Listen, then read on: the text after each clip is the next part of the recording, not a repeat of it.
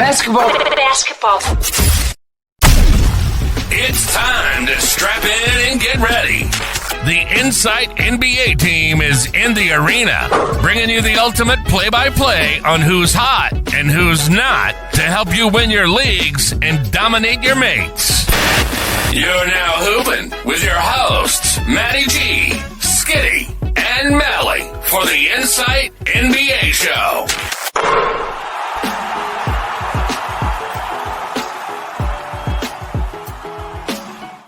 G'day everyone and welcome to the Inside NBA show. I'm your host, subbing in for Skitty and Mally this week. In a bit of a special edition, I just did a guest spot on Dan Besbris' Old Man Network, and it was a sell high and buy low. And we did the sell high show. Go back and check that out on the Insight Podcast Network. And cracking response to that one because some of the moves we said to make are paying out.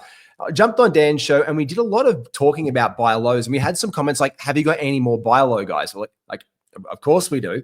And we broke that down in the last week. And the notable guys that I mentioned on that one, a quick recap on that was Jalen Williams, who again today for OKC, well, we're in the middle of the day here in Australia and the games are going on. So all of these aren't exact updates, but OKC, again, he has not performed as we want Jalen Williams to. Now he's a top 20 player on the year.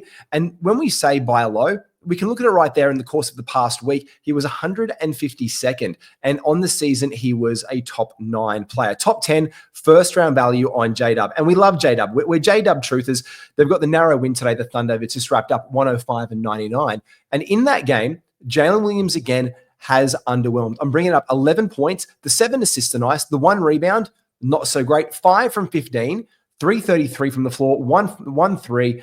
We want more out of him when he's a first-round player. So that buy low window is still on him. This one could have gone either way on the show because Luka's out for today's game. Kyrie is the next man up. He is the next superstar in Dallas, and I thought he was going to pop. He is now out for today's game as well. So that buy low window is like, it's these things that we're going to talk about when we talk trade tactics later in the show that we can... It just sucks to say, to be fair. We just don't know. Like, we're not out here splitting hairs over whether a guy is available or not. Oh, Kyrie misses games. Well, yeah, he has. But also historically at Dallas, he's been very dependable. He was a top 10 player last year in fantasy, which was incredible. He's doing similar things this year. And over the course of the last week, he has slipped to 74th and he's been 15th on the season. So when we say buy low, he is a top 20 player. Let's just say a top 20 player. And on the Sell High show there, I mentioned Jimmy Butler, and someone on that feed for the Old Man Network pod today said, I managed to sell high on Jimmy Butler and get Kyrie Irving in. And I'm like, you know what? Well played. 10 times out of 10, I am going to make that trade myself. Like, that is 100% where I'm going. So these windows sometimes open. And for the exercise on that show, I looked at the last week. The other notable buys we had, and Dyson Daniels today, backs this one up. He's been 186 in the past week, 28th on the season. Other buy lows, Tyrese Maxey, 49th, 29th on the year. Kobe White, 56th and 78th on the year. They're obviously playing right now. We'll get an update on Kobe White soon. Dyson Daniels, like I said, and Michael Porter Jr., they are still yet to play for the day. But this was the notable buy lows we had a look over and for the course of the past week. Now, the Bulls did upset today. Well, they're about to finish it up. They are about to wrap up their game against, and Kobe White, 12, 6, and 3, 4 from 11 from the field. Not great. He is playing against two of the best defenders in the NBA at the guard spot, so it was always going to be tough for Kobe White. But that just cracks that little window open. Like, I've got one beside me. I can crack it open a little bit, and it just leaves a little bit of breathing space for us on buy lows. Now, I love what Skitty and Mally say. These are the guys we want to light an absolute rocket up their ass. That's Skitty language. Rocket up the ass to get them fired up and buy low.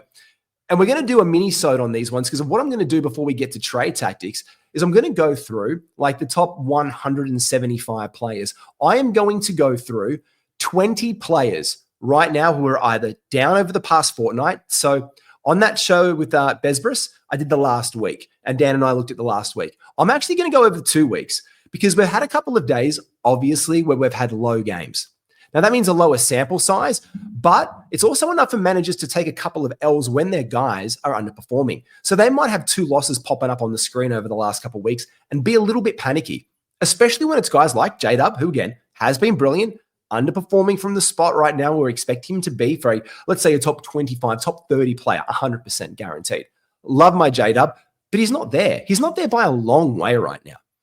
And when we put the research together, when I do this research, I know Skitty does it and Mally does it, we look at performances over a period of time. So for this list of 20 guys who are underperforming and who will be better, who are down on their season ranking, or who we project at the beginning of the year to be better come the end of the season, this is where they are at. Strap yourselves in. Well, we had a sound effect in here.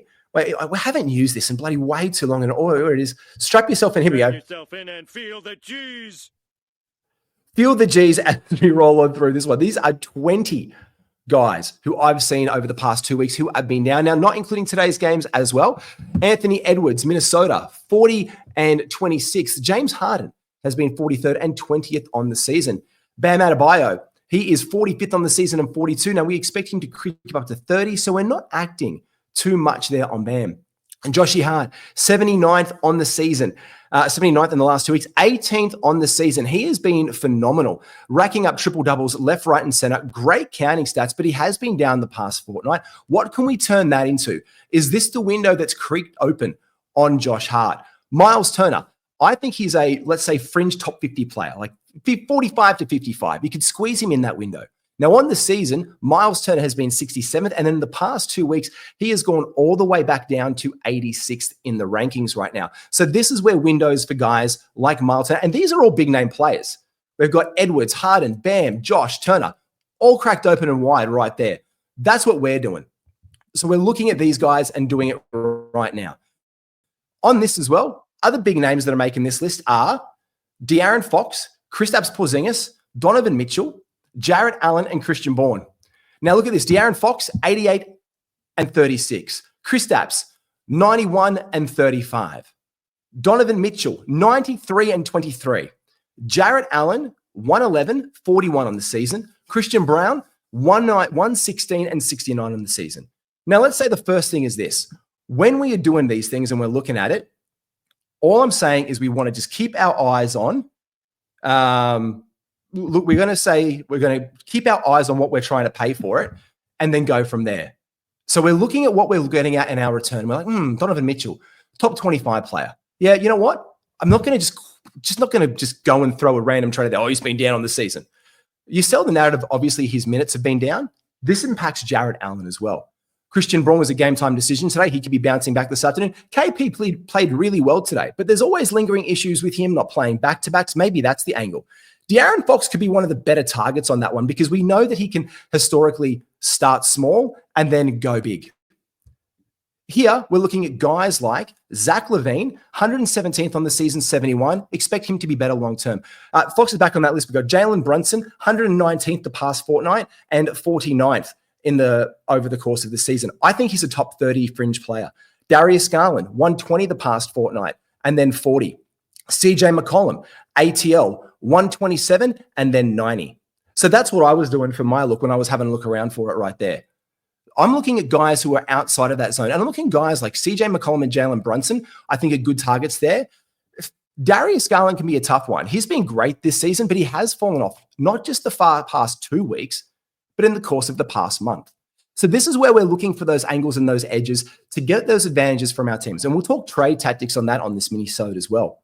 Other notable guys we've got on the list, sliding down in the ranks, as you can see here, OG Anunoby, 135, about to play in Minnesota with Cat there, and 32nd on the season. Rudy Gobert, about to take the court as well in that same game, 139th in the past fortnight, and 61 on the season. And we could probably get something back for Gobert, especially in those punt free throw builds. Jaylen Brown, now look, started hot, has slipped down. He is 84th on the year, and he has been 148th in the course of the past fortnight. Now, this is great because we know that he can go through these spates and he can roar back with the vengeance at any time. He did it last year, free throw percentage beware with JB, but this is a really good buy low candidate, and he does seem to bounce around in a lot of trades as well. Tobias Harris came back today from the injury, didn't play well. He is still on the list. He has been 160th in the past fortnight. He had that injury concern. We know that Asar Thompson popped off in that, and then 86 on the year. Also looking around it in this, what we're doing is we're looking to get guys like Tobias Harris, who could be maybe an 80, 85-ish player around that marker, possibly exceed that and trade for them now, especially when there's injury concerns. A guy who fits the exact same bracket for that is DeAndre Ayton. He's been out with the cold and flu. He's had a runny nose. There's helicopter incidences. We don't know what's going on in Portland. There's a lot of uncertainty around DA. So what we do is we have a look at that, look how the manager's going. We try and get him into our squads if we can, especially if we can get him on a buy low. He's been 163. He's missed those games. He's playing this afternoon. It's still questionable tag. He went through practice yesterday at time of recording this one, and he is 92nd on the season. And I think he could eke up into the 75 to 80 zone. So we can get away with a decent enough player who's performing well and get him on our team. Yeah, we do that. We make the upgrade. So let's talk tactics now in this, because I've said, you know what, no more than like 12 to 15 minutes today, just to follow up on that episode and give this list of players. Let's rip through them. Again, we've got guys like Kyrie Irving, JDub in there on the notables. The other guys I mentioned on the other show were Tyrese Maxey, Kobe White, DeJounte Murray, Dyson Daniels, and Michael Porter Jr., Anthony Edwards, James Harden, Bam Adebayo, Josh Hart, Miles Turner, De'Aaron Fox, Kristaps, Donovan, Jarrett, Christian Braun. We've got Zach, De'Aaron, Jalen Brunson, Darius Garland, and CJ, stupid De'Aaron Fox in there twice, and OJ Anunoby, Rudy Gobert, Jaylen Brown, Tobias Harris, and DeAndre Ayton. So first thing of this one, packages. What packages can you put together to add to some of these guys to get them? Because sometimes a one-for-one swap isn't going to be good. Free yourself up a spot, or just get rid of a player that you're not that tied to, who's been decent enough and who looks attractive.